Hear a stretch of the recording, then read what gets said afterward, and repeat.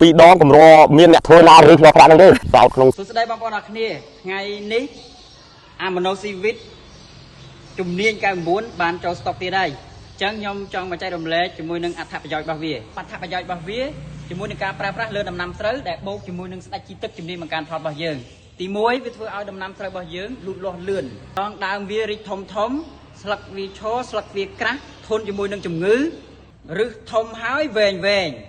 ជួយបំបែកគុម្ពជួយបំបែកកូននៅពេលដែលស្រូវបងប្អូនផើមតូចឬផើមធំវាជួយដល់ដំណើរការនៃការផ្សំកេសរ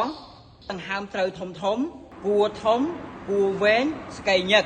ធ្វើឲ្យស្រូវដាក់ទឹកដោះពេញគ្រាប់ធំមានទម្ងន់ធ្ងន់ល្អនិងពណ៌ភ្លឺសស្អាត